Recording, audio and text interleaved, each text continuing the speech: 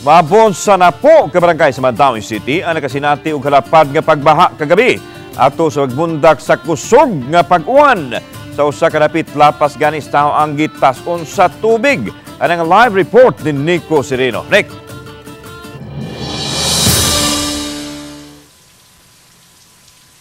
Yes, Lan, sa barangay Ibabaw Estancia gipabakwit kining mga residente sa moabot duha ka mga sitio human mitaas kaayo ang level sa tubig sa ilang lugar lapas taw na gani sa pipila ka lupang bahin.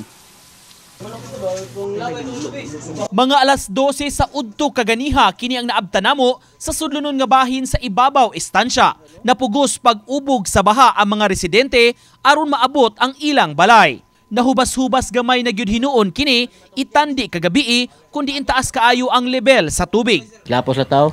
Ang tubig? Nagyun sa mantos mga tao dito. Akong gibutangan og styro na PC dayon akong gibira-bira gikarga na ko sila. Mga bata, mga pamilya. Sa barangay gym, temporaryo nga miistar ang kapin sa 70 ka mga pamilya ang apektado gikan sa sitio Manga ug Papaya. Wala pa mamauli kay wa pa hingpit na hubas ang tubig sa ilang mga balay ug busy pa sa pagpanglimpyo. Anto nagbuntag makoy to kay monitor ko sa tubig. Kay kaso og mudak ko bagyod. Kana og ko kay delikado man. Pagitaag paagi mo na nga nakit-an nga kinahanglan nga rita sa kuan magingog ang tunnel sa kinalagman gyud. Kaya moy sundon. Ato palutson ng tubig kap.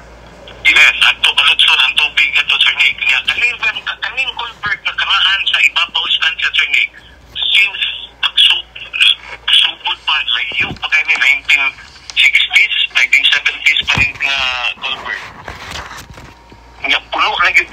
Matod sa City Disaster Head, muabot sa napu ka mga barangay ang apektado sa pagbaha. Nakaabag kuno ang declogging o paglimpyo sa mga manhole nga gihimo ng daan sa syudad. Ako kay tabang. So pero mo na is bundok ko wala gabi kun pag dili na dun sa Mandaue hasta sa dito sa mga mountain barangays sa kasilingan natong syudad mo tong niadto sa sakal.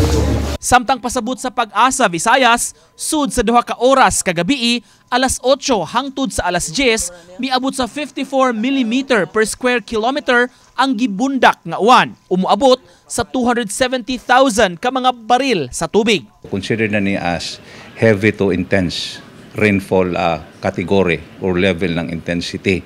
Kamugna na ning baha o dahili sa yuta. Landi ni sa atong himutangan sa Nivel Hill sa Barangay Apas padayon ang pag-uwan ni mga orasaran. Hinudili na kayo nga nakakusog itandi kaganiha o katong na sinati isaba kagabi sa dakong bahin sa Metro Cebu. Samtang padayon ang pahimangno sa atong mga otoridad sa katong mga nagpuyo sa mga flood-prone areas nga magmatngon gyud daan o kanunay nga i-monitor ang kahimtang sa panahon o kung mahimo mubakwit na lang yung daan alang sa ilang kaluwasan. Lan? Okay, daghang salamat Nico Sereno.